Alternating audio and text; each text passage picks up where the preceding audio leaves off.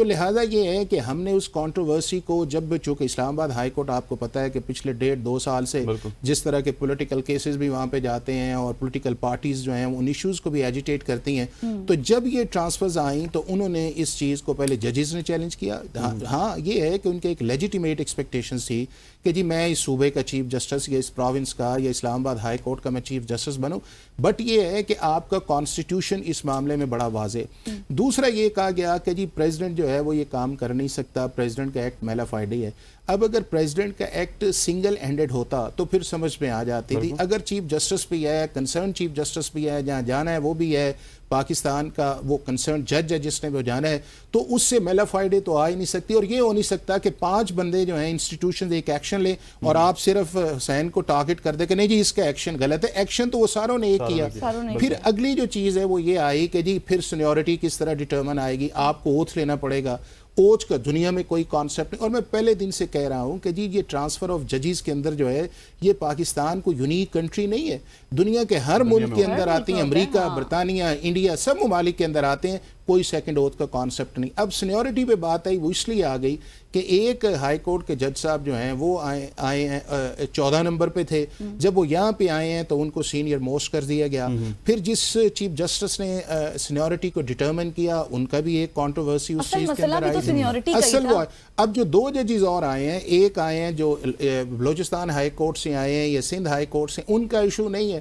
اب یہاں پہ ایشو آیا. اب اگر کانسٹیٹیوشنلی یا لیگلی دیکھا جائے تو اگر کوئی شخص ٹرانسفر ہو کے آتا ہے تو اس کا جو سینیورٹی کا وہ پروسیس جس دن اس نے کے اندر اپوائنٹمنٹ لی ہوئی ہے وہ کیری کرتا ہے. اور جب وہ کیری کرتا ہے تو آگے جب چونکہ ایک ایشو آیا ہوا ہے اس کے اندر وہ سینئر موسٹ بنا، اس کے بعد اسے ایکٹنگ چیف جسٹس بنایا گیا. اب یہ ہے کہ پھر اگلا کام پریزیڈنٹ نہیں کر سکتا، یہ جوڈیشل کرے. اب جوڈیشل کمیشن آپ کی فریش اپوائنٹمنٹس کرتا ہے یا جوڈیشل کمیشن جو ہے آپ کی ہائی کورٹ سے سپریم کورٹ ایلیویشن کرتا ہے. ٹرانسفر آف ججز کا جوڈیشل کمیشن جو آرٹیکل 175 اے کے بعد کوئی کانسیپٹ نہیں ہے. بالکل ایسے آپ نے بڑا ڈیٹیل میں سمجھایا، ہم نے اسی وجہ سے آپ کو سن رہے تھے. یہ صرف یہ بتائیے گا کہ یہ تمام جو ٹرانسفرز ہو تو گئی ہیں، اب مسترد ہو گیا، سب کچھ ہو گیا معاملہ، یہ آئین سے کی تصادم تو نہیں رکھتا کیونکہ پولیٹیسائز ہو جاتا معاملہ؟ کچھ لوگ اس کو اچھا کہہ رہے ہیں، کچھ لوگ اس کو برا کہہ رہے ہیں. کیا آئین کے مطابق فیصلہ آیا؟ دیکھیں ایک تو یہ ہے کہ جس طرح میں نے آپ سے گزارش کی، دیکھیں ججز کا اختلاف کرنا بنتا ہے لیکن آپ کی جو ججمنٹ جو آپ کی میجورٹی ہے وہ پریویل اپون کرتی ہے. اب 2 چیزیں ایسی ہیں کہ جس کو پاکستان کی سپریم کورٹ نے ریمانڈ کیا ہے. ایک آرگومنٹ یہ تھا کہ جی کیا ججز کی یہ ٹرانسفر جو ہوئی ہے یہ پرماننٹ ہے یا ٹیمپریری ہے. حالانکہ آرٹیکل 200 اندر دونوں کو پرووائڈڈ کی ہے. اگر 201 کے اندر آئے گی تو پرماننٹ ہے اور اگر 203 کے اندر جائے گی تو وہ پرماننٹ نہیں ہے، وہ ٹیمپریری ہے.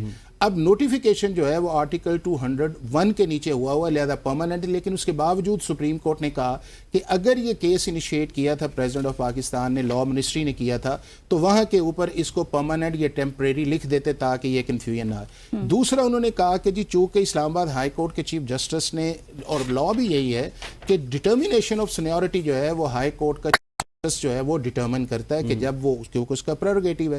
اب یہاں کے اوپر کچھ اور ججز جو ہیں ہائی کورٹ کے اندر آئے اور چیف جسٹس نے جو فارمر اس نے ڈٹرمینیشن کی تو انہوں نے کہا کہ جی یہ معاملہ جو ہے وہ پریزیڈنٹ آف پاکستان دیکھے. اور پہلے پریزیڈنٹ آف پاکستان کی کمپیٹنسی تھی، بعد کے اندر یہ ججمنٹ آ گئی کہ نہیں جی ڈیٹ آف انیشل اپوائنٹمنٹ میں چونکہ ایگزیکٹو کی ڈسکرشن یا چوائس جو ہے اگر وہ اس کے اندر آئے گی تو انڈیپینڈنس جوڈیشری آئے گی. بٹ معاملہ جو اب گیا ہے وہ یہ گیا ہے کہ جی آپ ان کا سروس ریکارڈ دیکھیں، میننگ دیر بائی کہ انڈائریکٹلی سپریم کورٹ نے جو آرٹیکل 201 کے نیچے ٹرانسفرز آئی ہیں انہیں ویلیڈیٹ کیا ہے، انہیں انکانسٹیٹیوشنل نہیں کہا.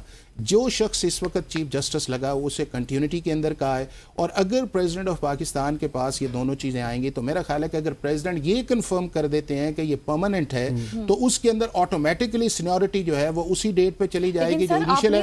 اور میرا خیال ہے کہ وہ 3 ممبرز کا جو بنے گا، جو میرا یکم کو اجلاس بھی بلا لیا گا جوڈیشل کمیشن کا، تو وہ بھی کوالیفائی کریں گے، محسن کیانی صاحب بھی کوالیفائی کریں گے، جسٹس گل اورنگزیب بھی کوالیفائی کریں گے. اور ان میں سے ایک جو ہے جو آرٹیکل 175A کے نیچے جو ہے اسلام آباد ہائی کورٹ کا چیف جسٹس بنے گا. کہ سپریم کورٹ آف پاکستان اس کانٹروورسی کو ریزالو کرتی. اور یہ کانٹروورسی دنیا بھر کے اندر اسٹیبلشڈ پرنسپلز ہے کہ ٹرانسفر بھی ہو سکتی ہے اور ٹرانسفرز جو ہے اگر آرڈر کے اندر نہیں لکھا جاتا کہ یہ ٹیمپریری ہے تو یہ پرماننٹ تصور ہوگی، اور جب پرماننٹ تصور ہوگی تو سینیورٹی آپ کی ڈیٹ آف انیشل اپوائنٹمنٹ سے کیری کرے گی، اور کرے گی تو جس جگہ آپ جائیں گے آپ کا نمبر جو ہے وہ اس کے اندر آئے گا۔ اور میرا خیال یہ ہے کہ اس کے لیے ہماری جو پارلیمنٹ ہے ان کو بھی اب ایڈریس کر لینا چاہیے، چونکہ اگر انڈیا کے اندر ایک جوڈیشل سروس کا کانسیپٹ ہے تو یہ ساری اصل میں غزل پرابلم آئی ہوئی ہیں 26 کانسٹیٹیوشن امینڈمنٹ جب ہم نے کانسٹیٹیوشنل کورٹ سے ہٹے، اب میں کانسٹیٹیوشنل کورٹ کی طرف جانا چاہیے تاکہ وہاں کے اوپر انڈیپینڈنٹ چیف جسٹس آئے، سینیورٹی کا ایشو نہ آئے، ٹرانسفر کے اس طرح کے میٹرز نہ آئے، کلیئر کٹ جورسڈکشن آئے، اور عام آدمی کو انصاف ملے جو 26ویں آئینی ترمیم کے بعد عام آدمی جو ہے وہ اسی طرح کھڑا ہوا ہے، اس کے سالہ سال سے کیسز یا آپ کی جو جوڈیشل ٹرسٹ ہے کورٹس کا وہ ریسٹور نہیں ہوتا۔ حافظ احسان کھوکھر صاحب ہمارے ساتھ موجود ہیں۔ Sir thank you so much for joining اس خواتین و حضرات، یہاں پہ وقت ہو جاتا ہے ایک شارٹ سی کمرشل بریک کا، بریک لیتے ہیں، واپس آتے ہیں، اسٹے ود اس۔